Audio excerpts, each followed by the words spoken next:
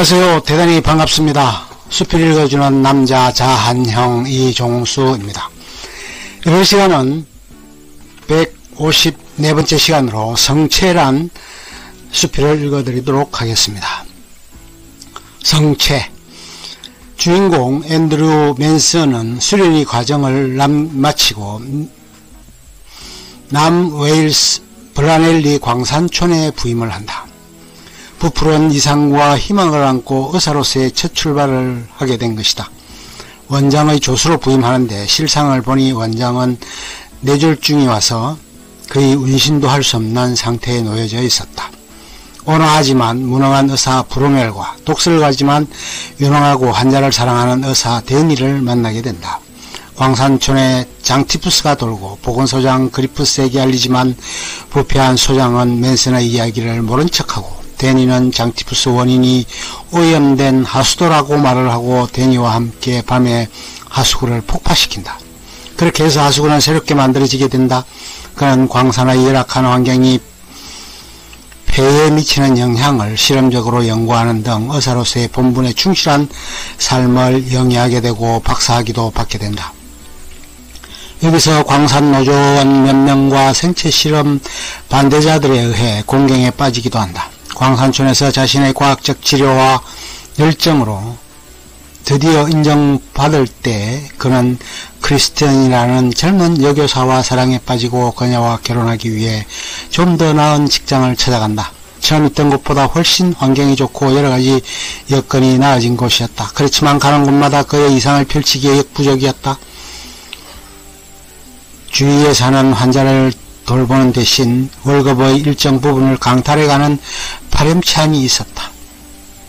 이러한 부분에 대하여 변화와 개혁을 시도해보지만 무의로 끝나고 만다. 그의 아내도 임신을 해서 행복한 나날을 보내고 있었다. 그런데 어느 날 집 계단을 내려오는 중에 나무 받침이 빠져버리는 바람에 낙상을 하게 되고 아이까지 잃게 된다. 그리고 다시는 임신을 할 수 없게 되는 몸이 된다. 결국 그는 런던에서 새로운 모험을 위해 개업을 한다. 전 재산을 틀어 개업을 했다. 그런 후 얼마 지나지 않아 병원은 파리만 날리고 결국은 옛 친구인 햄프튼을 만나고 런던의 사교계에 입성을 한다. 경제적으로는 점점 나아졌지만 그렇게 그가 격렬하던 사람들과 같이 변해가게 된다.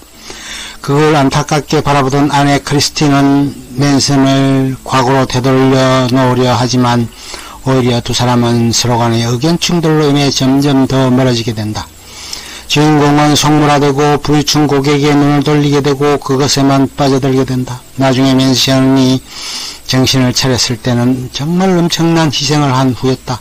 주인공 맨슨을 통해 이상을 가진 젊은이들이 현실과 타협하고 점점 속물적으로 변해가는 모습이 너무 안타까웠고 그것이 소설 속의 이야기만은 아닌 것 같아 더욱 씁쓸해졌다. 처음 생활했던 곳의 치과의사였던 친구의 딸이 폐 쪽에 문제가 있어 런던 병원에 입원을 시켜 친구 의사에게 치료를 부탁한다. 그런데 치료의 성과가 없자 그는 요양원에 있는 친구에게 치료를 부탁하게 된다. 그런데 나중에 알고 보니 제대로 된 자격을 갖춘 의사가 아니었음에도 폐기흉의 치료를 하게 된다. 이로 인해 주인공은 의료사고에 관련된 소송에 계주되기도 한다. 그를 고소한 이는 전직 간호사의 고발이었다. 의료위원회로부터 의사 자격을 박탈당할 위기에 처하게 되기도 한다. 다행히 의사 자격을 박탈당하지는 않지만 곤혹스러운 일을 당하게 된다.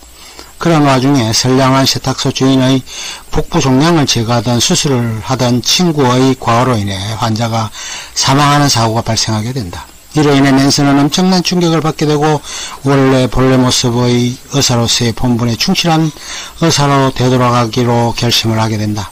런던 병원을 정리하고 시골로 내려가기로 결심한다.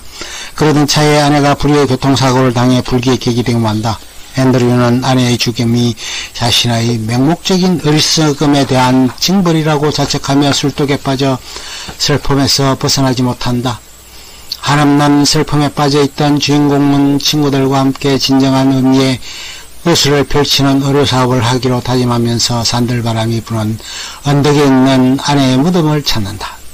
제목이 의미하는 성체가 무엇인지 원문을 찾아보니 말 그대로 성벽을 의미하였다. 다른 뜻인 줄 알았는데 해설을 보니 작가가 말하는 성체는 인간의 이상, 또는 완전한 의술을 말한다고 한다.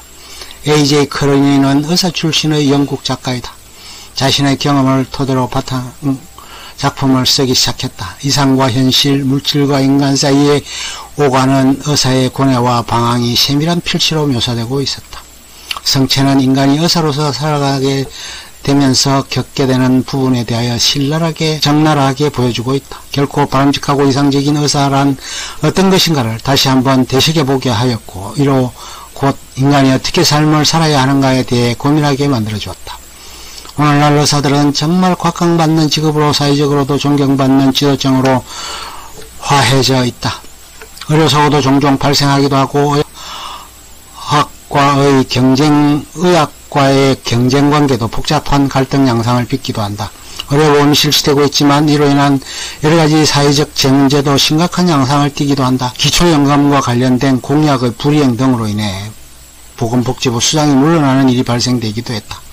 과연 제대로 된 의사의 길이라는 것이 무엇인가를 보여준 것이 성체가 아닌가 한다. 우리의 고전이 되어져 가고 있는 것에 동의보감이라는 것을 쓴 허준이라는 의사가 있었고, 사상의학을 갈파한 이재마라는 명의도 있었다. 인간의 마음을 헤아릴 수 있는 참된 의사가 그리워지는 세상에 살고 있는 것이 아닌가 여겨지기도 한다. 의사라는 것이 어쩌면 성스러운 직업일 수도 있고, 엄청난 윤리적 기준과 생명에 대한 경외심을 가지고 있어야 하는 것도 잘 알려진 이야기이다. 기술적이고 고도의 정밀성을 요하는 부분도 있는 만큼 철저하게 인간에 대한 사랑과 환자에 대한 헌신을 가지고 생명의 존귀함을 지켜내고 회복시키는 것에 최선을 다하여야 하는 것이 의사의 본분일 것이다. 이 성체를 통해 의사로서의 삶이 어떠해야 하는 것과 더불어 인간이 가져야 할 본성에 대한 것을 다시 한번 되돌아보게 만든 것은 아닐까.